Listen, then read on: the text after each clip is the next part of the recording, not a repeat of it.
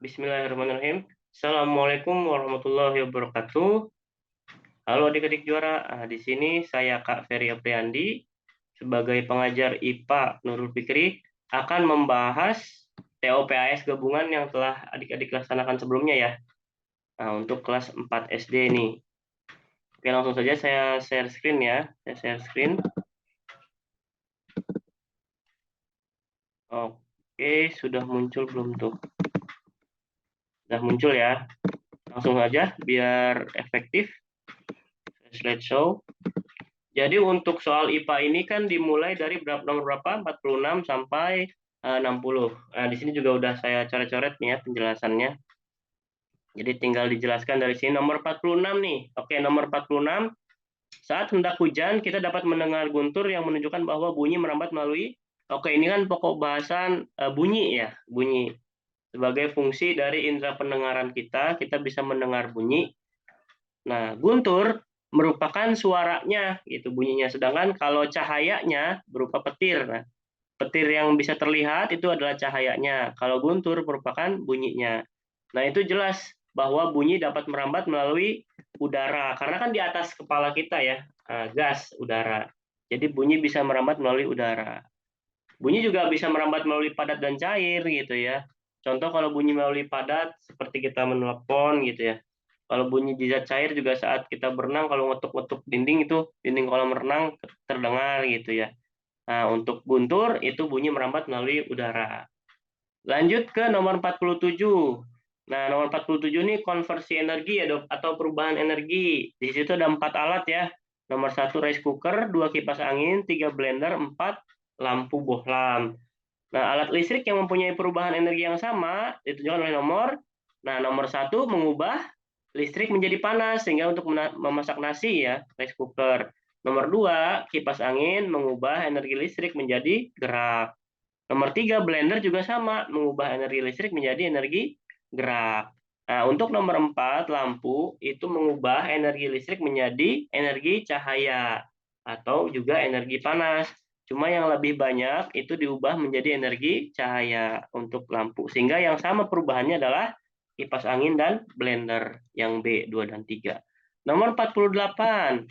Nah, ini harus kita lakukan nih, diusahakan bisa menghemat energi ya. Menghemat energi itu agar tagihan listrik tidak mahal gitu ya. Terus juga kan bagus gitu untuk kehidupan kita dalam menghemat energi. Yang A, menggunakan AC pada ruangan terbuka ini jelas boros ya, karena menggunakan energi yang tidak diperlukan sebenarnya, kan ruangan sudah terbuka, nggak usah pakai AC. Mending pakai AC angin cepoi-cepoi gitu ya. Oke. Terus yang B, sering bepergian menggunakan mobil juga boros energi bahan bakar ya, energi bahan bakar minyak terpakai terus sebagai bensin, itu juga boros. Kalau yang C, selalu menyisakan makanan, nah ini merupakan perbuatan mubazir ya. Temannya setan menyisakan makanan, jadi membuang energi juga nih. Kemudian kalau yang D, mematikan lampu jelas menghemat energi ya kan, karena kan energi listrik dimatikan. Terus juga bagus untuk kesehatan ya kalau mematikan lampu saat ingin tidur. Nah, 48 adalah yang D dalam menghemat energi. Kemudian 49. Nah, contoh sumber daya alam. Nah, ini SDA nih ya. Sumber daya alam kan kita ketahui bahwa ada yang dapat diperbaharui dan tidak dapat diperbaharui.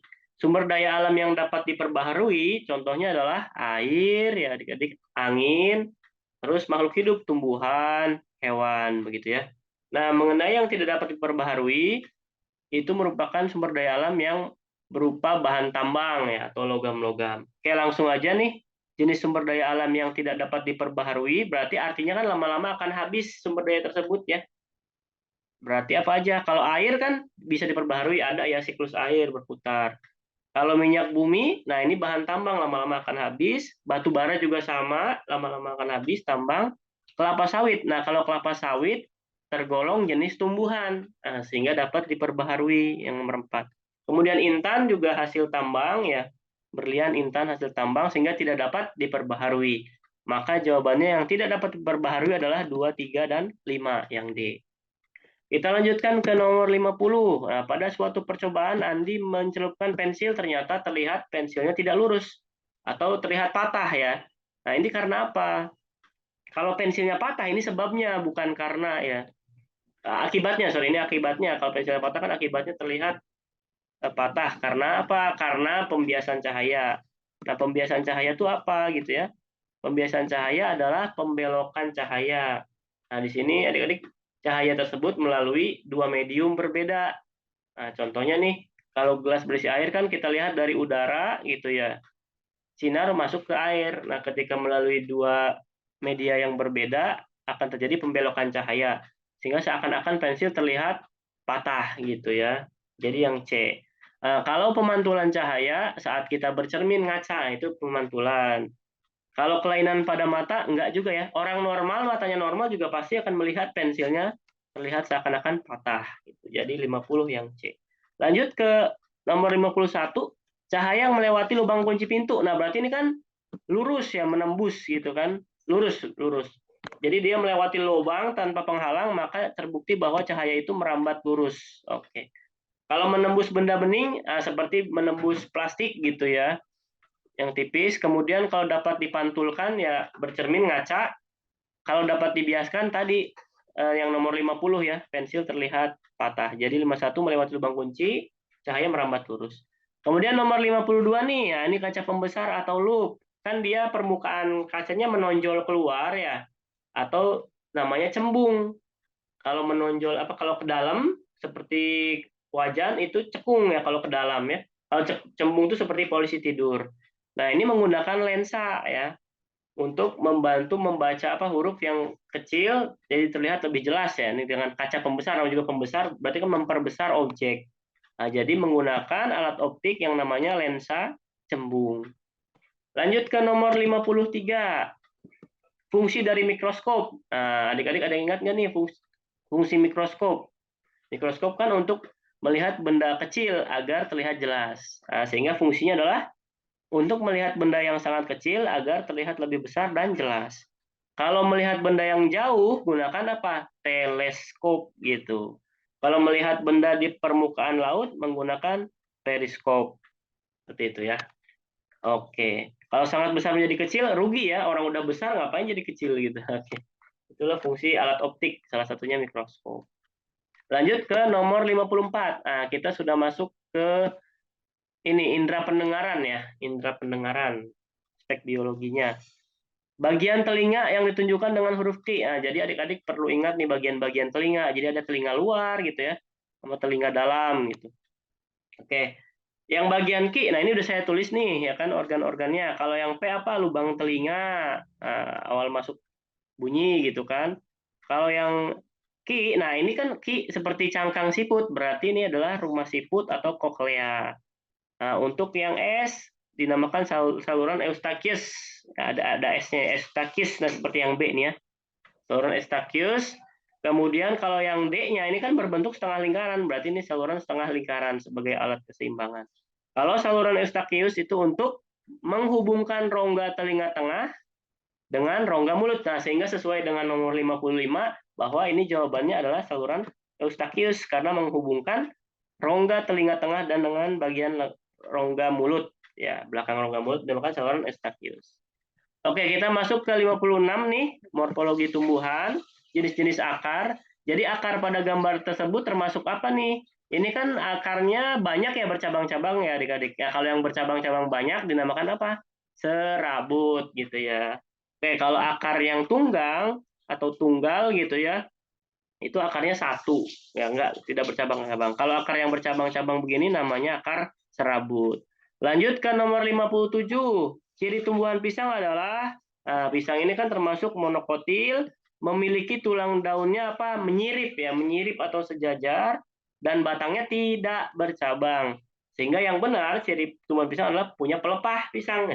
Biasanya dikenal pelepah pisang atau sebenarnya pelepah pelepah daun. Oke, kemudian nomor 58.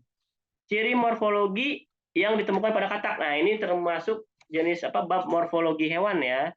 Morfologi hewan. Katak, apakah lidahnya bercabang? Enggak ya kan? Katak itu kan tidak bercabang. Yang lidahnya bercabang apa? Ya bunglon, cicak misalkan gitu ya. Oke. Nah, tidak berekor. Nah, ini benar ya. Adik-adik pasti tahu kan, katak itu tidak berekor. Udah jelas bahwa 58 yang B. Kalau kakinya bercakar misalkan kayak harimau, elang gitu ya. Kulit bersisik ya ular, seperti itu ya. Contohnya. Oke, nomor 59 nih. Ini hewan apa nih? Ada yang tahu nggak gitu? Ini kalau di dekat lampu-lampu bisa ngumpulnya nih ya. Ini hewan laron ya. Laron. Ciri-cirinya apa? Lihat kakinya apakah 4 pasang? Enggak ya, enggak sampai 8. Kalau yang kakinya 4 pasang itu laba-laba gitu ya. Memiliki sepasang sayap juga enggak gitu kan. Enggak sepasang. Nah, bernapasnya dengan apa? Karena ini tergolong serangga, ya maka bernapas dengan trakea gitu ya. C. Apakah kakinya di perut? Kakinya di bagian perut? Enggak juga tuh ya. Enggak di bagian perut semua, ada di depan juga nih. Kayak terlihat ya. Jadi 59 karena insek ya, bernapas dengan trakea serangga. Oke, kemudian 60 indera penglihatan. Nah, di sini adik-adik perlu mengingat bagian-bagian mata ya, bagian-bagian mata. Nah, di sini dari nomor-nomornya ini sudah saya tuliskan nih ya, apa saja bagiannya. Nomor 1 kornea, 2 itu iris, 3 lensa mata, kemudian yang keempatnya itu adalah retina mata gitu ya, retina. Nah, yang ditanyakan adalah berkaitan dengan bagian nomor 1, berarti kan fungsi kornea ya. Nah, fungsi kornea sendiri adalah tidak mengandung pigmen ya, tidak mengandung pigmen sehingga bisa meneruskan cahaya ke lensa mata begitu ya. Kemudian kalau untuk fungsi iris nih, nah, iris itu untuk mengatur intensitas cahaya yang masuk ya kan, banyak atau sedikitnya itu iris. Nah, kalau lensa mata berfungsi untuk apa? Mengatur jatuhnya bayangan ke retina gitu ya. Nah, untuk retina sendiri adalah bagian yang tersusun dari sel-sel penerima rangsangan dan juga tempat terbentuknya bayangan dari cahaya, yaitu namanya retina. Kalau orang normal, bayangan jatuh tepat di retina, begitu ya. Oke, sekian pembahasan dari saya. Semoga bermanfaat dan bisa dipahami ya adik-adik. Oke, kurang lebihnya saya mohon maaf. Billahi taufiq wal hidayah. Assalamualaikum warahmatullahi wabarakatuh.